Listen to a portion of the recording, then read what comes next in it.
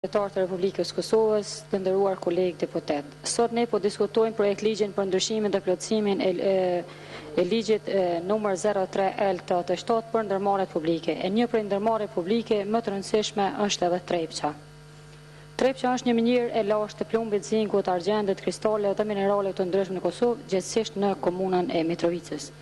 Fatkeqësisht, kjo mënyrë u shfrytzuar nga regjimi jugosllav dhe frytet e saj shumë pak u shijuan nga populli autokton i Kosovës.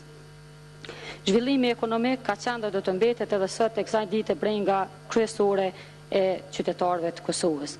Qasja e gabuar dhe jo profesionale e qeverive të kaluara dhe vazhdimësia e kësaj qeverie përndon edhe po ngulfos zhvillimin ekonomik të këtij vendi.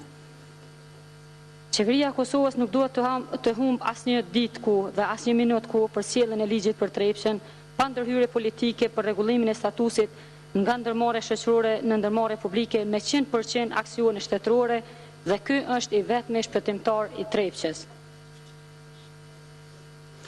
Vonesat e miratimit të këtij ligji konsideroj se nuk është përgjegjësi vetëm e kësaj qeverie, por edhe qeverisë kaluar dhe për këtë duhet të jap llogari dikush, sepse hisetar në pasuritë e Kosovës është populli i saj si qytetar i këtij shteti. Për çështje të mëdha ne duhet të veprojmë bashkërisht, pozit, opozit, shoqëri civile dhe mbar populli.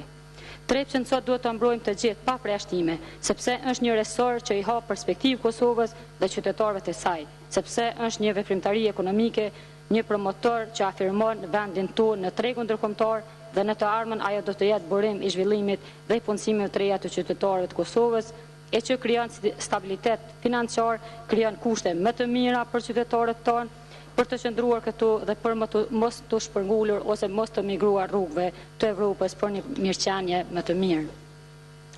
Prandaj duhet që sa më shpejt të definohet statusi i Trepçës.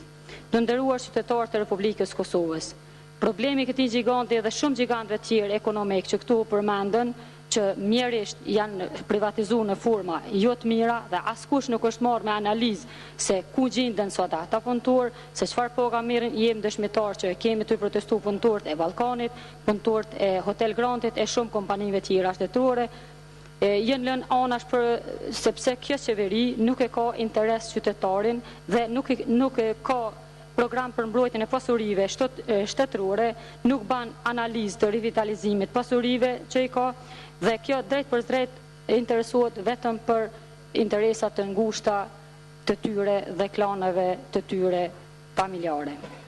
Faleminderit.